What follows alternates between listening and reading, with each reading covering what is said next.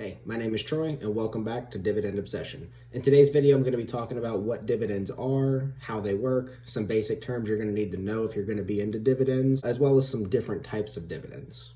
Disclaimer, I'm not a financial planner. Do your own research before taking any actions from this video.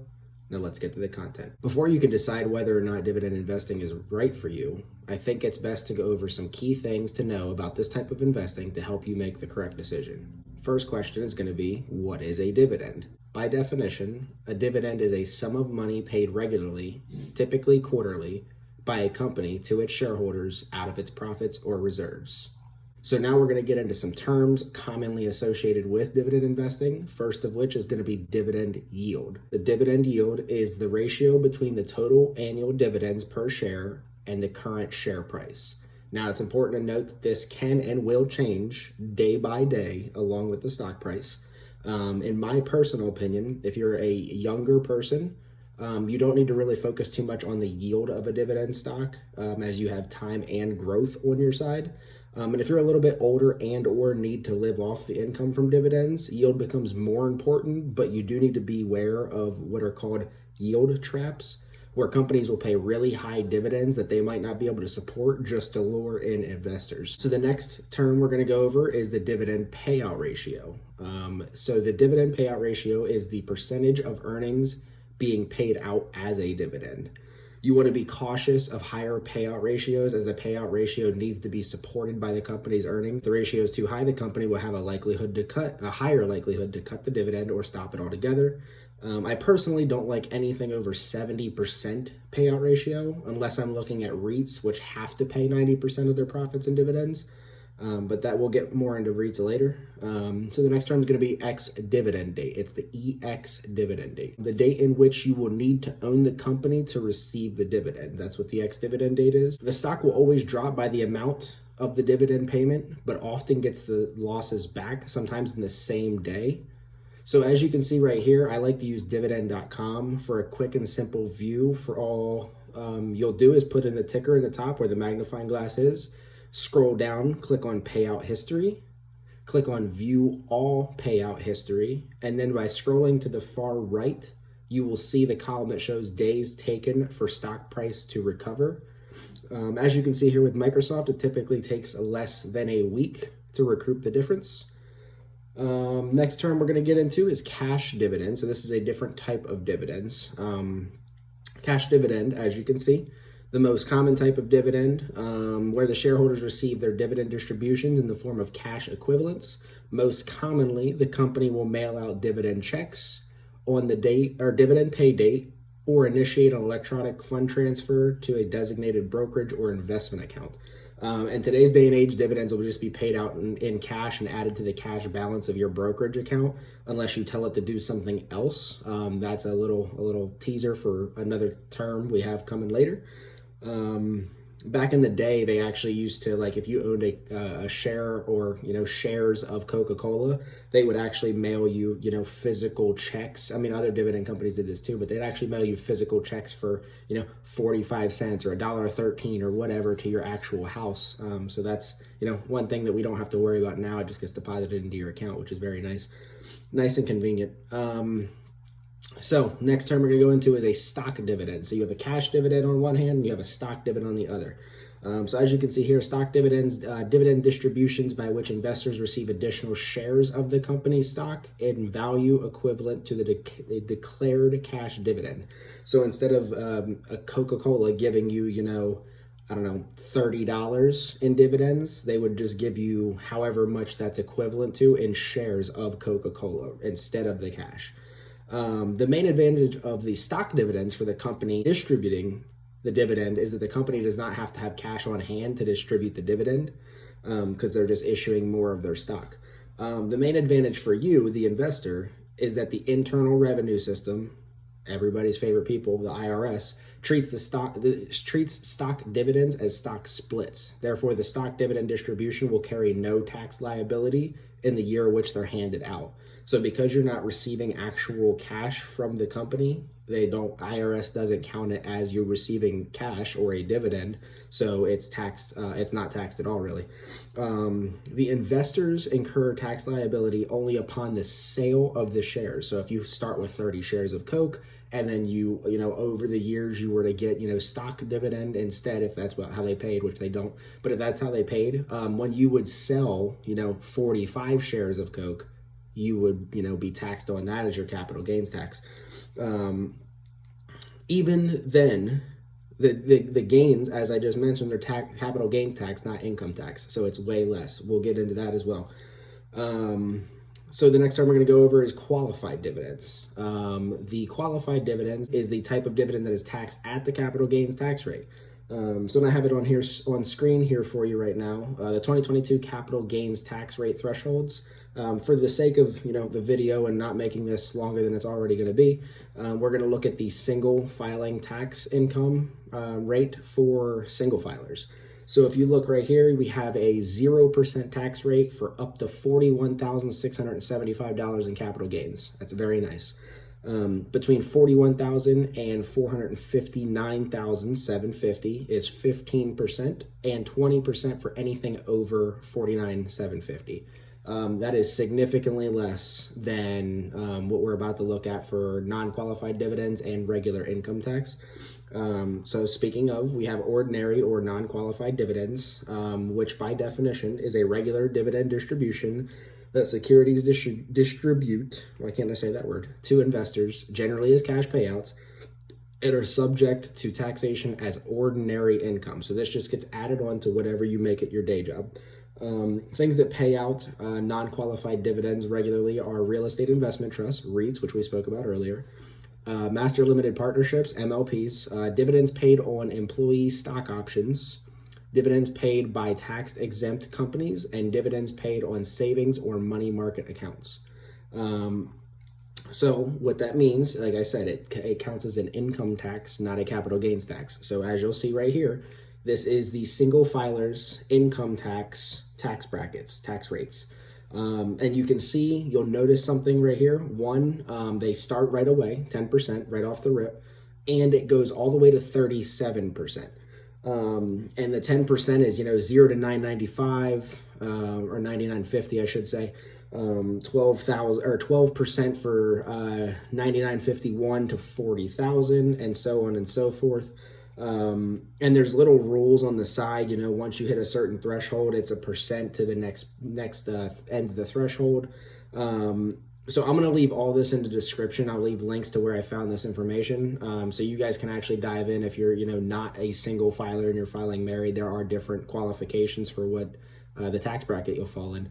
So, and I also wanted to make it real easy here for you is I put both of these two charts that I just showed you at separate times in the video together so you can see the difference.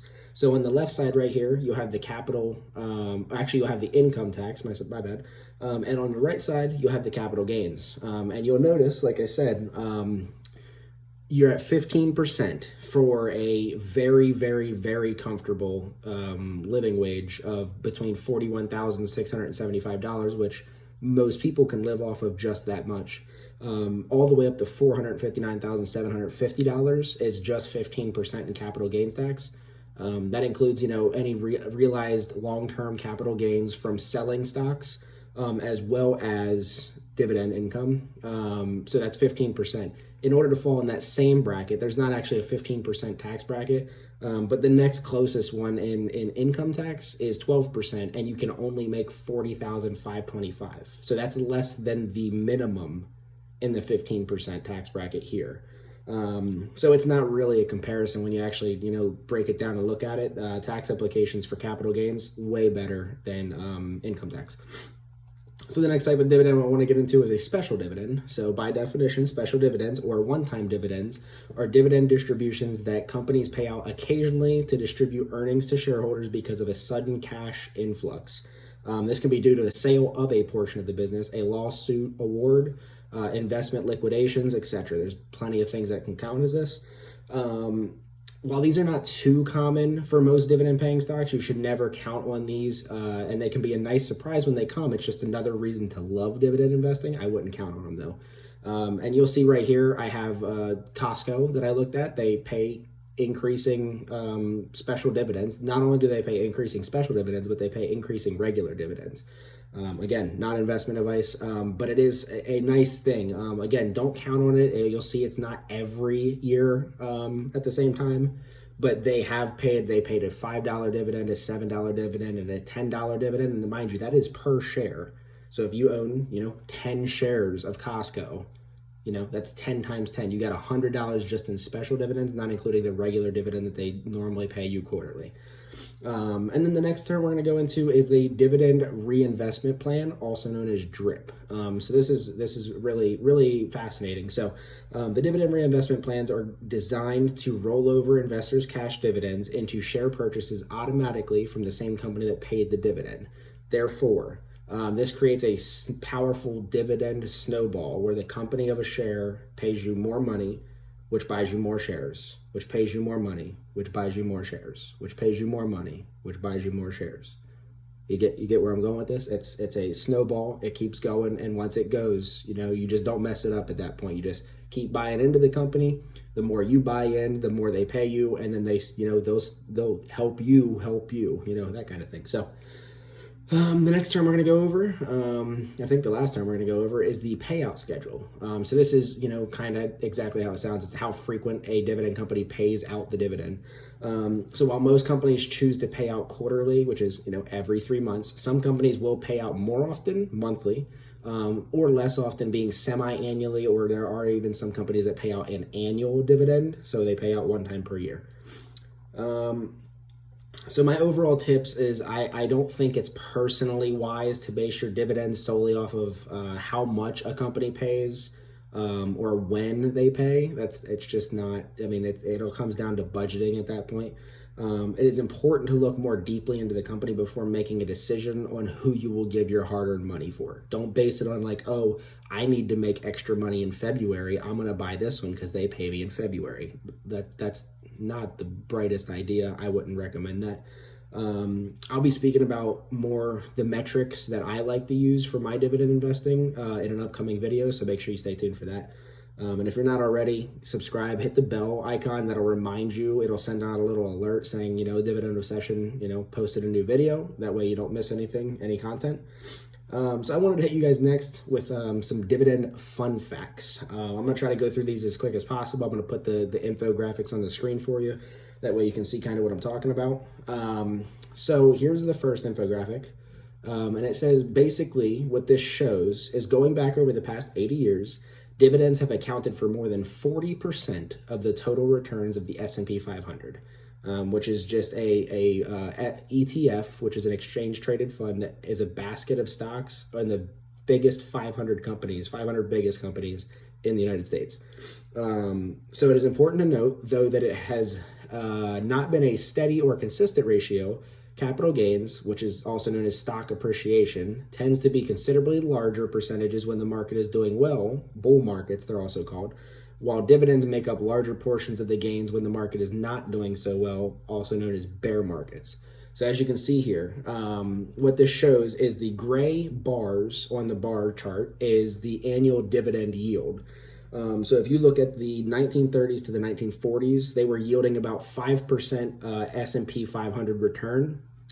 Stock appreciation actually went down 0.01% that year. And the other, 4.9, actually 5.1% of the market return that year was strictly dividends. That's the power of dividends. So you can see, as I just mentioned, there's bigger, the green when the capital appreciation is booming in the good markets, 50s to the 60s, the 80s to the early 2000s before the dot-com bubble. The capital appreciation is going to account for way more of the market's return than dividends will. But you'll look at these gray bars, the dividend yield is always, it's roughly around the same spot. So no matter if the market's doing good or bad, you can count on this money. Another reason I love dividends. So I'm going to call this category the dividend cool kids. So there are two main lists of dividend companies strive to be a part of due to the prestige that comes with being on it. And the list are as follows. So you have the Dividend Aristocrats, which have paid 25 consecutive years of growing dividends in the S&P 500. As of the time of recording this, there are 66 members of the Dividend Aristocrat. Out of all the companies in the United States, only 66 qualify. And then you have the other list, which is the really cool kids, the Dividend Kings. So these have paid dividends, growing dividends, for at least 50 straight years. And as of the time of recording, there are only 39 members of this list. There's also a slightly less cool kids list, the Dividend Achievers, who have increased their dividends for at least 10 years in a row. Still good. There's still plenty of great companies on that list. They just haven't been, doing it quite as long. All this goes to show that the longer a company is willing to keep increasing their dividend, the more resilient they are. All the companies on the Kings have increased their dividend over the last 50 years in a row, showing that even during the scary times in the market and, the economy and et cetera, they remain committed to paying that dividend. And you can see that here. We have a couple companies, 67 years for American States Water, Dover Corporation, 66 years. You have Genuine Parts, which a lot of you guys recognize that logo, 65 years in a row. Procter & Gamble, guaranteed there's something in your house that Procter & Gamble makes. 65 straight years of paying growing dividends. Not just paying dividends, but they've grown for 65 consecutive years. And another one you guys will probably know is 3M. They make, tape and plenty of other things, but tape is, probably what you know them for. 64 straight years. So that's really, really good. And they also have, like I said, to wrap your head around the amount of time that these companies have paid, you can see right here these scary times that we've had, and they've paid dividends, growing dividends, through all of these times, no matter what it was. Most recently, the COVID pandemic, a lot of companies, if they're poorly managed or they don't, do what they should with their money, they have to cut their dividend because their budget's too tight.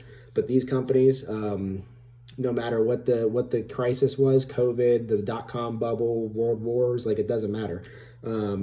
They constantly pay this dividend. Like I said, it's the prestige of being on that list. These companies get rewarded for that.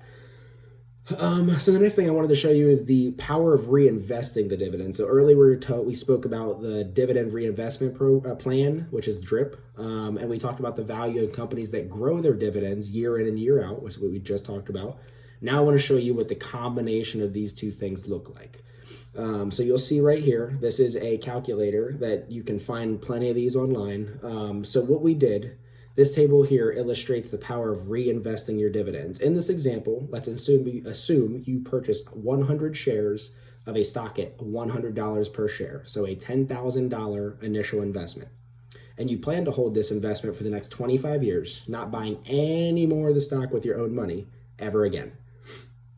At the time of purchase, the stock pays a $5 dividend per year, which is a 5% yield, and the share price and the dividend are both projected to grow at the same rate of 5% each year.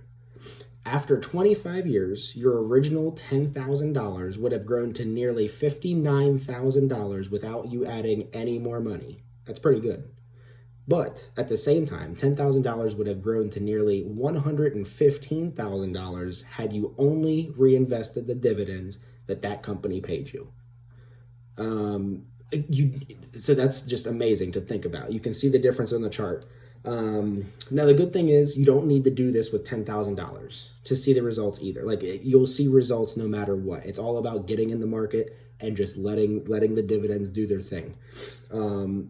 In the chart on the screen, you can see analyzed rate of return for the two styles as well. You would average 7.35% gain without the reinvestment of your dividends, which is really nice. But it's 10.25% with the dividends reinvested. The 7 and 10% it's no matter what. It doesn't matter if you have, $100 in there or $10,000 in there or $100 million in there. 7% is 7%, 10% is 10%. Obviously, 10% of a bigger number is a bigger number, but you can still realize that gains, and this will beat your bonds, your CDs, and your savings accounts all day. It's just it's a little bit of risk. The stock market's risky. Nobody's going to go in there and only make money the whole time. You're going to have red days. You're going to have green days. So that's just a cool chart I liked right there. The 7.5 or 7.35% and 10.25%. But it is a really big difference when you put those dividends to work. And mind you, it almost goes to $115,000 without you putting any extra money in. Basically, the company is buying more of the company that pays you more money. That buys more of the company. We already went over that. But all right, so the next one I want to get into is dividends versus inflation. So dividend. I'll give you guys a little chart here to look at, and I'll explain what you're looking at. So owning dividend-paying stocks, particularly those that have increased their dividend regularly, which is what we talked about, can be a better hedge against inflation than bonds. A lot of people go to bonds because they think they're safe, which they are, but not a lot of people know that the problem with bonds, excluding the floating rate bonds, is that they pay a fixed income stream over the life of the bond. The dividend payments in a 20-year are the same as in year one. In periods of inflation, which means each successive interest payment is worth less in terms of purchasing power, and it also means that the purchasing power of the principal amount on the bond, which may not mature in 10, 20, or 30 years, could erode substantially as well. Basically, all that to say that $1 in the 40s doesn't get you what $1 today does. That's common sense. So we're going to look at this chart, which illustrates how your annual dividend income from a $100,000 investment would have changed over time from 1980 to 2013. So comparing what you would have earned just invested in the S&P 500 versus the Barclays US Aggregate Bond Index. As you can see in the chart, the dividend income earned on the S&P 500 would have grown from when you first invested with that $100,000 back in 1980. You would have been making $5,234, which is a lot of money in 1980. I've been told. I wasn't there. But in 2013, that $5,000 that you were making is now $32,416. Yeah, that's a big difference. And then you look at with a dividend paying stock, investors, easy for me to say, do not lose to inflation if the dividend grows as fast or faster than the inflation rate. According to the data collected by Robert Schiller at Yale University, dividends from the S&P 500 have grown at an annual rate of 4.2% since 1912, while the Consumer Price Index, it's the proxy for inflation, has risen by 3.3% during the same time. So therefore, all that's saying is that dividends are growing faster than inflation, so therefore you're not losing money by keeping them in there. With bonds, so if you go back to this chart that you guys can see, in 1980, if you submitted $100,000 or bought $100,000 worth of bonds, it looks like it's a little bit over $11,000, maybe $12,000 a year in interest payments. That turns into $2,998 in 2013. So you could actually see it's going down, and that's due to inflation. So it's not all good with dividends, though. So I wanted to give you guys a little bit of transparency into this. Dividends can and do get cut. So investors need to remember that dividends are a byproduct of the cash earnings of a business, and that the fortunes of a business decline, so too can the dividend. Companies as varied as General Motors, Kodak, and Woolworth all once paid robust dividends until their fortunes changed severely. All three companies went bankrupt, and Woolworth disappeared from the business landscape years ago. It doesn't even take a total devastation to hurt a dividend. Virtually every U.S. bank that participated in the Troubled Asset Relief Program, TARP, almost all U.S. banks were part of the program, was required to cut their dividends. So in order to be part of that program that saved banks, a lot of banks in the financial crisis, in the 2008 financial crisis, they had to cut their dividend to show, hey, we're doing everything we can to, also help us not go under. Many reliable dividend-paying U.S. banks, like U.S. Bank Corp, USB is their ticker, cut their dividends and in some cases cut them dramatically. Consider the chart that you see on your screen and take note of the steep drop in dividend distribution seen after the 2008 crisis. So you can see on screen that 2002 to 2008, it was a steady growing dividend, nice and up and to the right.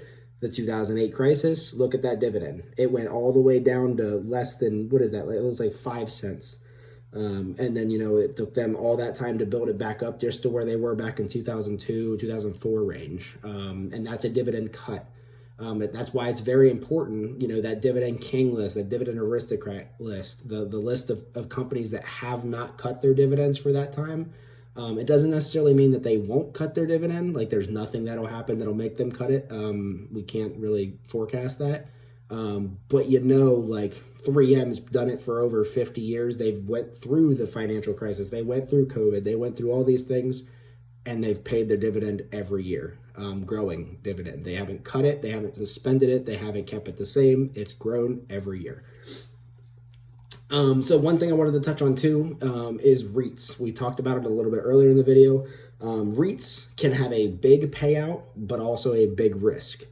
So I'll give you guys I'll just give you guys a little bit of information on here. So the favorable tax treatment granted to REITs allows for larger distributions to shareholders, you guys. But these investments can be quite risky. Although real estate has a strong history of performance relative to inflation, many of the businesses owned/operated by REITs are sensitive to the economy. When the economy weakens, shopping mall traffic declines, office space vacancies increase, and so on. What's more, most REITs rely heavily upon debt financing, and the combination of lower rents and interest income and persistent interest payments during recessions can put these companies into financial distress. We know this extremely well due to the COVID pandemic. Obviously, all these companies that were making tons of money by, malls being full, and all the businesses that are in the malls, when the mall shut down and we couldn't go anywhere, guess who wasn't paying their rent to these companies, these REITs? The businesses, because they weren't open. They had to lay off employees. They weren't paying rent. They had to leave the mall in general. So it is something to keep in mind, that REITs, they do pay a really good dividend. A lot of them actually pay monthly as well. So it's kind of like you're a landlord without assuming the risk of, having to work with tenants and stuff like that. The businesses take that risk for you, but you take the risk of that dividend being cut. And not only, when the mall shut down, not only does the dividend get cut, but the capital appreciation, it actually declines because, the company's losing money now. Investors don't like that. So the stock price will go down and your dividend will go down or get cut too. So it's kind of a double-edged sword, with both ends of the sword being bad. So I do want to end on a good note here. So I wanted to give you guys this chart, last chart of the day. Dividend stocks, I'll explain it to you guys, and then we'll go, end the video there. But like, dividend stocks tend to be less volatile versus their non-dividend counterpart. The data shows that dividend paying stocks tend to perform better during bull markets, which are good markets, as we discussed, as well as bear markets, which are bad markets, compared to those companies that do not pay dividends. So what you'll see here on this chart is the left side of the chart, the dividend growers, that's the one we're mainly interested in. And then you also have your dividend paying stocks in blue. And then we're going to really look at the right side of the chart, the non-dividend paying stocks. So for the sake of argument, let's look at the orange column, the first column, as well as the green column, the far right column. So you'll see the annualized return, and this is, including the dividends, and this is including the stock price appreciation, is 10.7% or 10.07%, while non-dividend stocks are returning 2.34%, obviously 8% difference there, close to 8%. Annualized return during bull markets, 23.02% versus 20.95%. Both are great. If you can get 20% return on anything, you should probably do that. But again, not financial advice. But then you'll notice here, this is one that's interesting. So bull markets, that was the 23 and the 20, or almost 21. That's in a good market. That's when everything's going good and we're smooth sailing. But then we get into the bottom one, the annualized return in bear markets. This is when, crap hits the fan, COVID pandemic, the whole 9 yards. We are at a negative 15.46%. That means you lose almost 15.5% of your money. Poof, it's gone. Now, it's not gone forever, but it is gone for now. 15.5% is lost with dividend growers. But you compare that to the non-dividend paying companies of 31.15%. So yeah, all that basically to say, dividend growers, the companies that pay dividends and they grow their dividends, tend to be the safer bets. But, you know, like they said, slow and steady wins the race. And that's kind of how I decided to go about it. I'm not here to make a ton of money real quick. That really doesn't last. I'm here to, you know, be smart with my money, make my money work for me, and put it in the right spots. So that's going to wrap it up for today's video. Be sure to like the video if you were entertained or learned something new to help others, because it's the YouTube algorithm. So if you guys like the video, it'll be shown in the For You, or maybe, you know, suggested videos for other people that might like the video as well. Make sure you subscribe to the channel if you're not already. And like I said, if you hit the bell, it'll let you know when I post a new video. You can watch the next video and maybe learn something new there too. Share with any friends or family that might find this interesting as well. It's no shame to, you know, teach a friend how to be smarter with their money, or maybe even show, you know, your dad or your mom or your grandma how to be smarter with their money. And also add a comment down below if you have any questions on what we talked about today, or you want me to go over another video with more detail on a topic that we covered today. I know we covered a lot. And I do appreciate you guys watching this long video. I'm trying not to make videos too long, but I'm also trying to give you guys good content. So I'm not really trying to rush through it or skip a bunch of steps just so I can make an 8-minute video. This video is probably going to be one of the longer ones. But if you made it here to the end of the video, I really appreciate you. And until next time, see you.